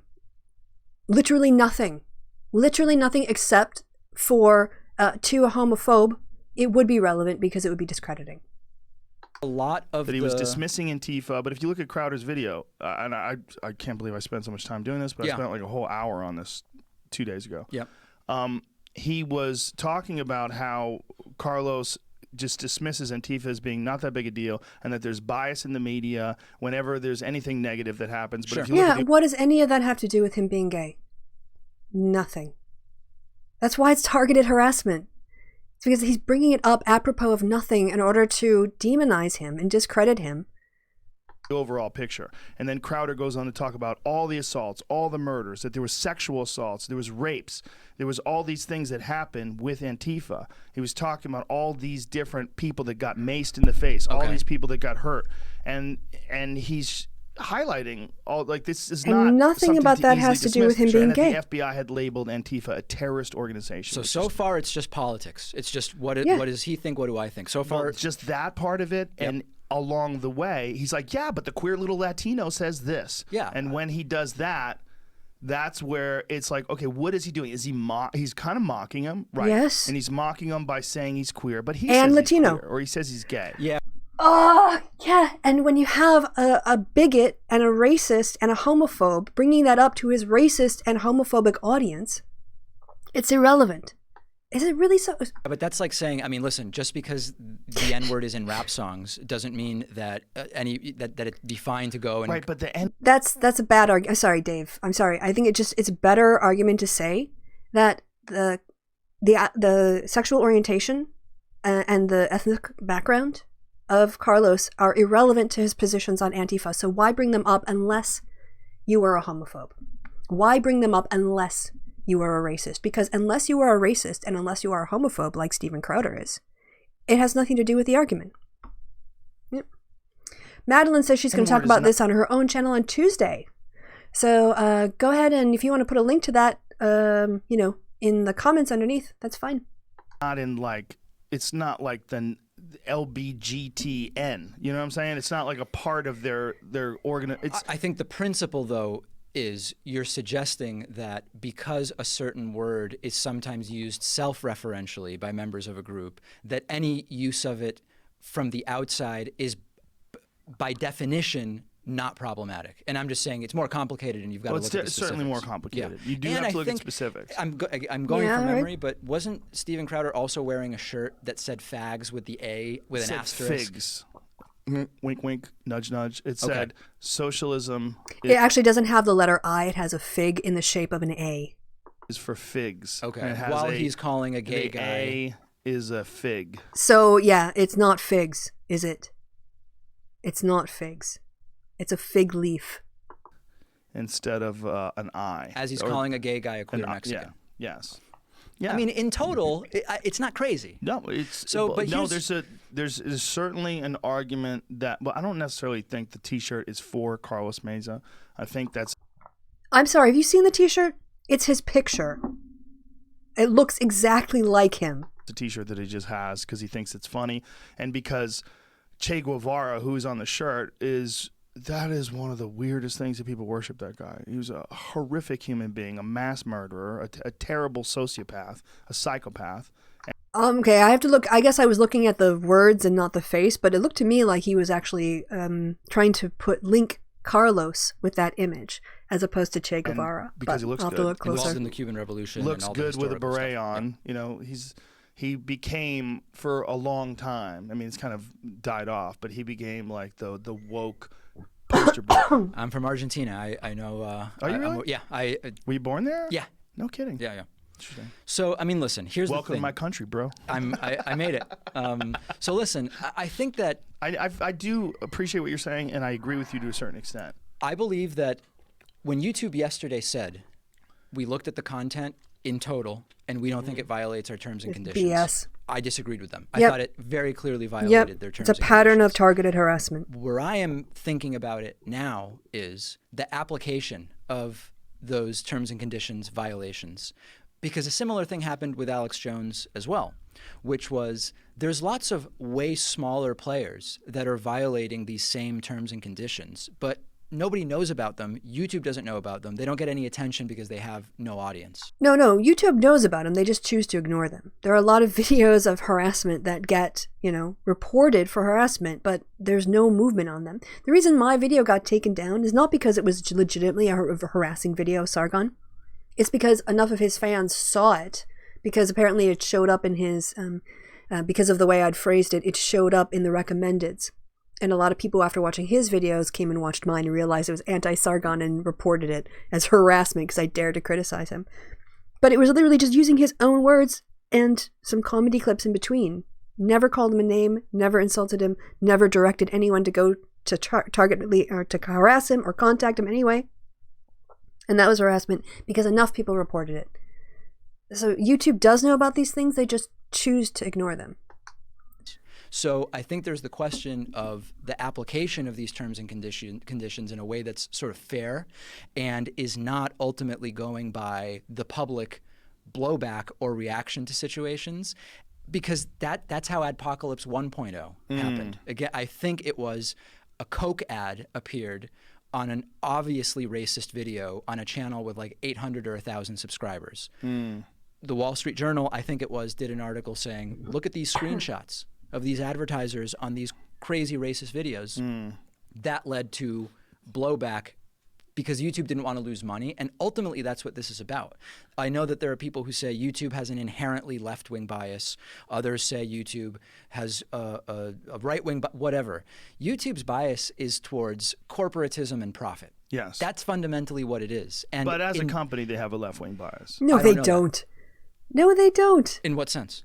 Yeah, you can definitely tell from all of the left-wing huge creators on the platform that they really, adjust the algorithm to reduce the audience for people like, PewDiePie and Sargon and Tim Pool. And they're really pushing content like mine and Kevin, right? And Cat Blacks. Yeah, that's how YouTube works. Well, in the sense that the woman who's the CEO of Oh, she's a woman, so she must be left-wing, right? YouTube has talked about it pretty openly, like the fact that she doesn't. What was it that she had gotten into? First of all, it was the James Damore thing, she was talking about the Google memo, and she was talking about how it was incredibly damaging. What does it have to do with how YouTube promotes people on their algorithm on the platform? I'm not sure you understand. This is like saying people going, oh, well, fascism was, it couldn't have been that bad because Hitler, liked dogs and was vegetarian. So it was a lot, it doesn't matter what your personal opinions are. It matters what your policies are. What are the practices? And if the algorithm pushes right-wing content, which is what people have been complaining about forever, then it doesn't matter what the CEO thinks. What matters is what content is being promoted. And what content is being promoted by the algorithms on YouTube is right-wing propaganda, dangerous nonsense, lies, and crap. And that's why they had to demonetize a bunch of stuff. It's not that hard. The damaging stereotypes against women, which it just wasn't. Okay, I'm not even going to get into this because it's history. We're going to stay focused on the now, but Brogan's an idiot. Not accurate. Is Home Depot a right-wing company because the CEO supports Trump? Thank you, Dave. Thank you, Dave. Thank you, Dave. Yes. Oh, Joe Rogan needs someone who can really counter his crap on more often. That's a good question. It is, isn't it? It is, because the logic you just laid out would apply. It would be transferable, perfectly transferable. We should just look at the personal opinions of all CEOs and then impute those personal views on the entire corporation and judge it all by being left-wing or right-wing based on not its policies or what it does or what its practices are, but with the opinions of one person at the top. Yeah, eat that, Rogan. How are you going to get out from this one? I'm basing it on that they're a part of Facebook. What is that? What does that have to do with anything? And Facebook is pretty clearly left wing. What? Did he just avoid the Home Depot question entirely? It's a part of Facebook. Google. Oh, sorry, Google. They're part of Google. I meant Google. Okay. Google is a very, very left wing group, and it's all. Google is a left wing group. Citation needed. What are you talking about? Google. Google where? Google whom? Talk about the Home Depot. What about the Home Depot question, Joe? If one CEO is right-wing, does that make an entire corporation right-wing? If the CEO has left-wing views, does that make the entire corporation right-wing? Is the Trump organization a fascist organization because it's run by the Trump family? Come on, answer the question, Joe. Silicon Valley, which is almost entirely blah, blah, left-wing blah, biased. Silicon So I think no we person. have to distinguish between the personal political bias. No, David, no, David, go back to your original point. Make him answer. Make him answer your point. We do this terribly on the left. We get distracted by shiny objects. We have a good point and we make it, and the right wing babbles around it, avoids giving a direct answer, and we pick up on something else they say and we forget our main point. Bring it back. Is Home Depot right wing? According to Joe Rogan's logic, it is. Or he's engaging in special pleading, saying, oh, well, it's only Google that we have to look at because Google is based in the Silicon Valley and that's left wing. So that's the only place that we have to look for political bias. That's a logical fallacy. That is special pleading. Get this BS out of here. Dave, call him on this. Call him on this. Don't just let it go by. Of Silicon Valley entrepreneurs and the broader place that Google has in the sort of corporate sphere. Mm-hmm. Google is part of the group of huge multinational corporations that lobbies for particular tax policy to avoid paying taxes legally. That is not a particularly left-wing thing to do. Google is part of the large tech companies that I know people are, I know he's right, but this is boring and it's off topic and has nothing to do with the whole Crowder thing. He got distracted by a shiny object, right? Bring it back to Home Depot. Bring it back to YouTube being a place where right-wing extremists are thriving, profiting until recently. Sorry, this is a whole distraction. I'd be like, no, we're not going to talk about that. We're going to talk about Home Depot. Does your logic from Google translate to Home Depot? And don't get caught up in his narrative, because now you're talking about his talking points. You're not talking about your talking points, David. Come on. To avoid serious regulation of their businesses, have come up with this idea of regulating themselves, okay, which I know is a topic, self-regulation, that's come up before on your program in a variety of ways. God, so this is so those are boring. not left-wing things, and if you want to make the case that as a company, it has a left-wing politic in the outward-facing world, Oh you my have God, to have this something is- more than just a come lot of their on. engineers live in Palo Alto and are hipsters who go to coffee shops. What do you and- Honestly, you could have said all that saying, look, if your argument is that people who are designing the software go to coffee shops in Palo Alto, you can't really claim it's a left-wing bias. You can say it's a geographical location, but how do you connect that to policy? Instead, he's like, "Bleh," talking forever and using words that most people won't connect with. think? I think that in terms of the place that it occupies within the economic system we have, they are not very different from all of the large corporations that are pushing against regulation, pushing for ways to avoid. Oh, look, just say that they're as right-wing as any other corporation operating for profit and move on. And get back to the issue of harassment.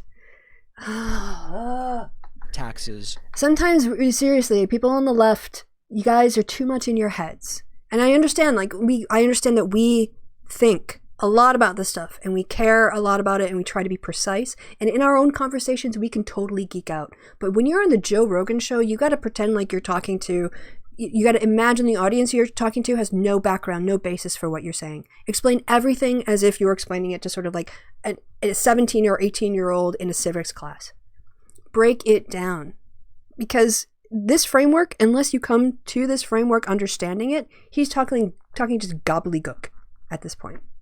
Period. So in terms of economic decisions. Yeah, I mean, listen, if we want to talk about how the personal politics of the employees translate to policy, All right. Okay, I don't know. It's going to be 15 minutes before the hour. I'll go for another 5 minutes and then we'll wrap it up. But I'm honestly super disappointed in this.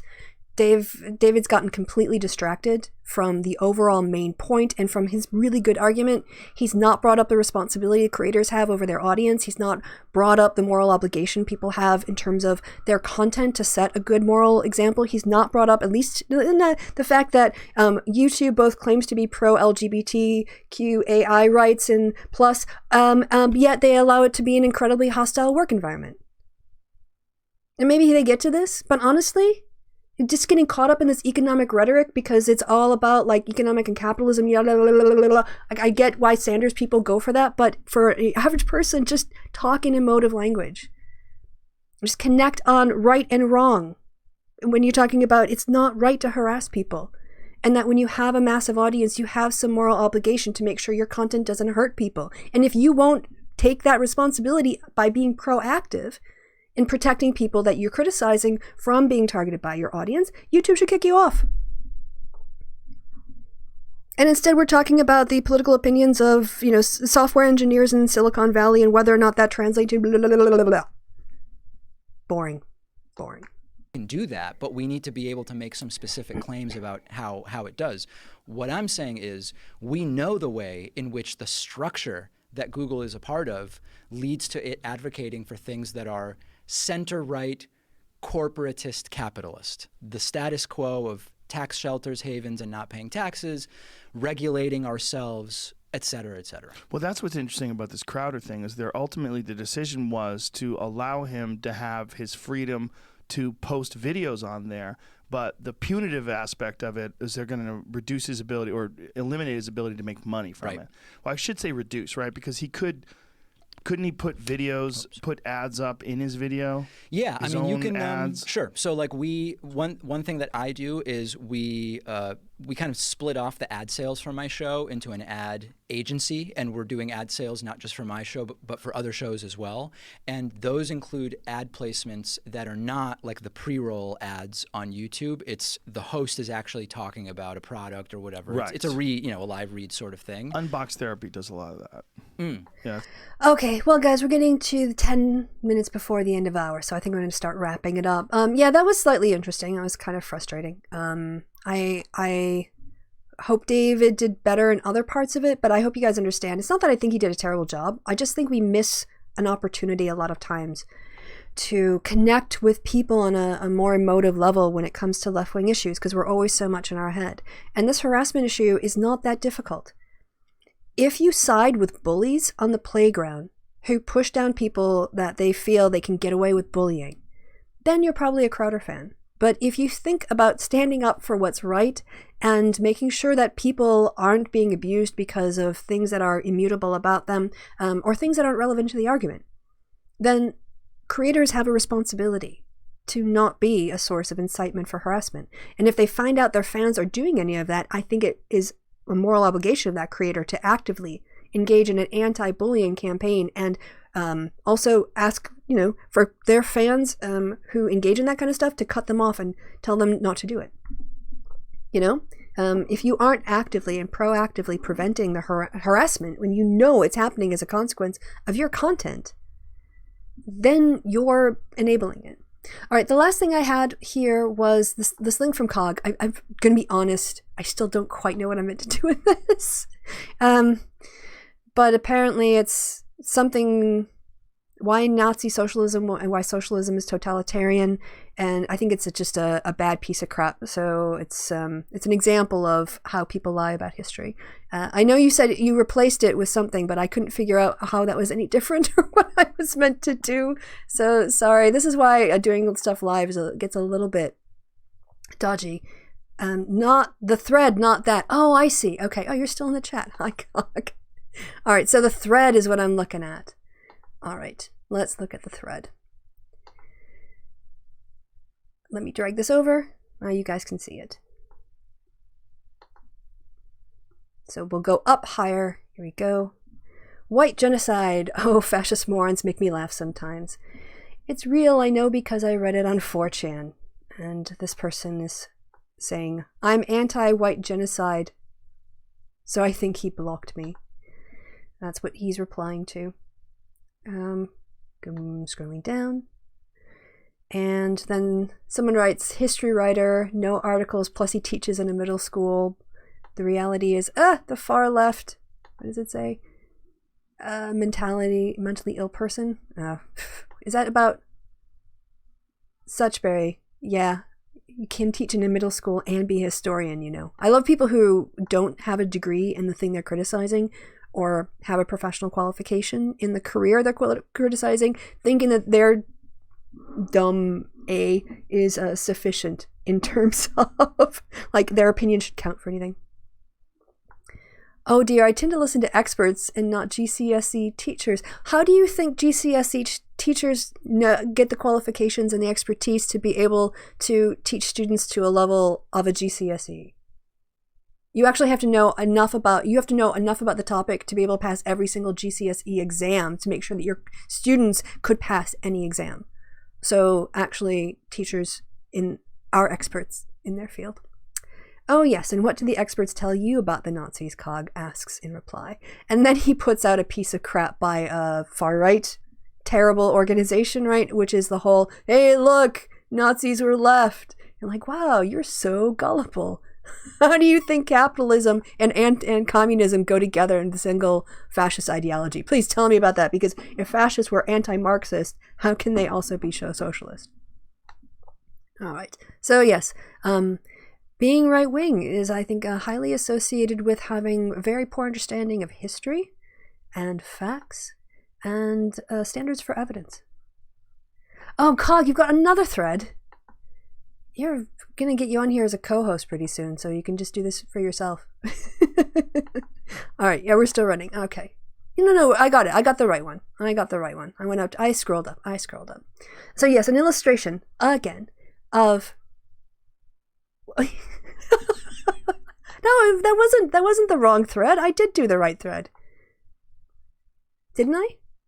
Oh, right, I see. Okay. So thank you for... We're going to do a third thread by Cog here. All right, so instead of following the link, we're going to see what he had to say. I should just get you on here to read this. The old Nazis were socialist argument. Here we go again. Let's do some explaining.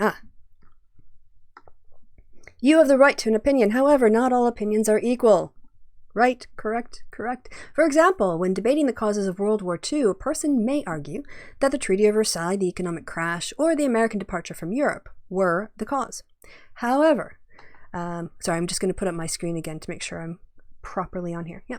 However, no one, however, who says that it was caused by space lizards is taken seriously. This is how you sound when you say the Nazis were socialists. Yes, thank you, Cog. Thank you. But they were called the National Socialist German Workers' Party. Yes. In quotes, sorry. And then Cog goes on to write, yes, however, the Nazis were not socialist in any real sense. National Socialism was its own doctrine entirely. It was often inconsistent and wholly opposed to socialism in its very essence. Holy is too. The word holy for me is in like complete. I always struggle with the spelling. It looks really weird to me for some reason. Hero goes on to write, let alone the fact that much of Nazi propaganda did not accurately reflect their ideology and thoughts. Even in early Nazi party policies, Hitler was vehemently opposed to the left and refused unequivocally to establish Nazi trade unions. But Hitler said, we are socialists, the moral enemies of capitalism.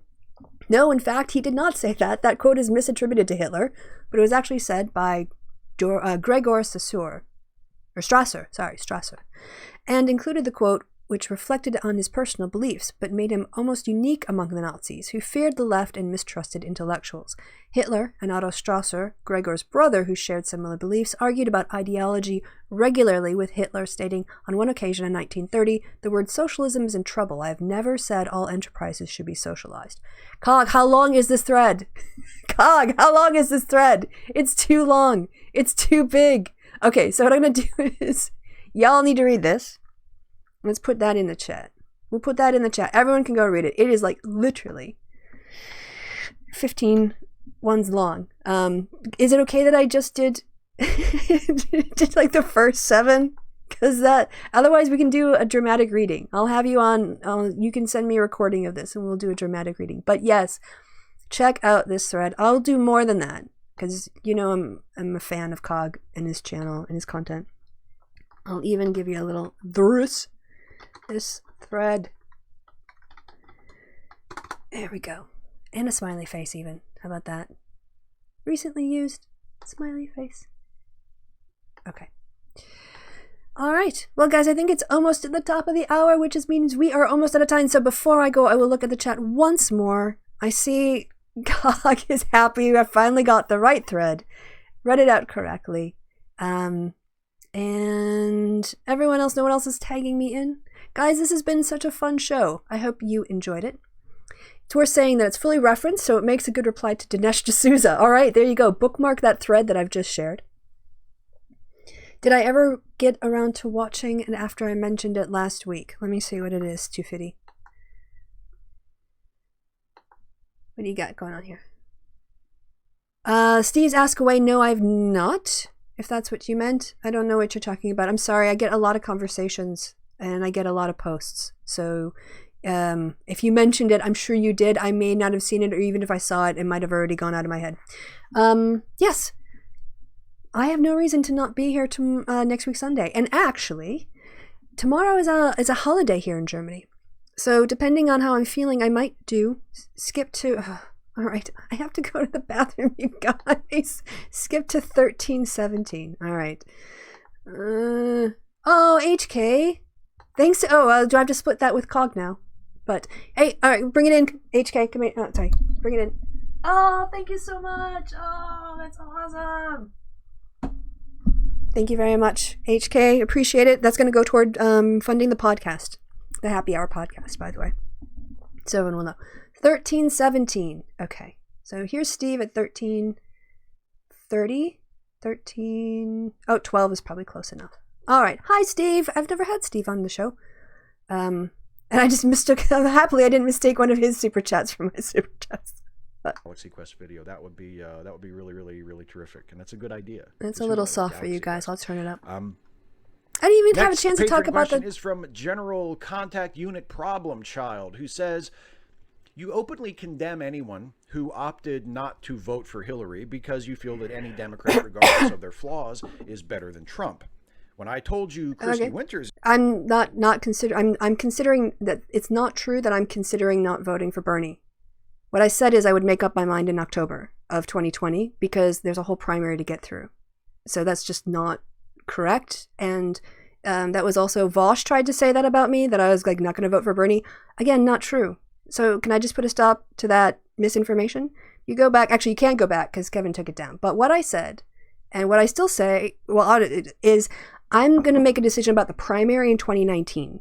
and I will make a decision about 2020 and 2020, and I will not be bullied by people into making a commitment, especially when the only people I'm being bullied by to make this commitment are Sanders supporters. I don't get Warren people in my mentions. I don't get Booker people in my mentions. I don't get Harris people in my mentions asking me to do a loyalty pledge to their candidate. You know why? Because they don't have the kind of problem Sanders does. So I will decide on Bernie, voting for him, if he becomes a candidate. So, yeah. Is considering not voting for Bernie if he's the candidate. You said that she has good reasons. Even if she or anyone else does have... Yeah, but again, that's a misrepresentation of my position. So, I don't know if I need to do anything else on this. I didn't say I wouldn't vote for Bernie. What I said is I will make up my mind when it's relevant, but I'm not going to be bullied into a loyalty pledge now. That's what I said. So I hope that clears things up. Okay, anything else?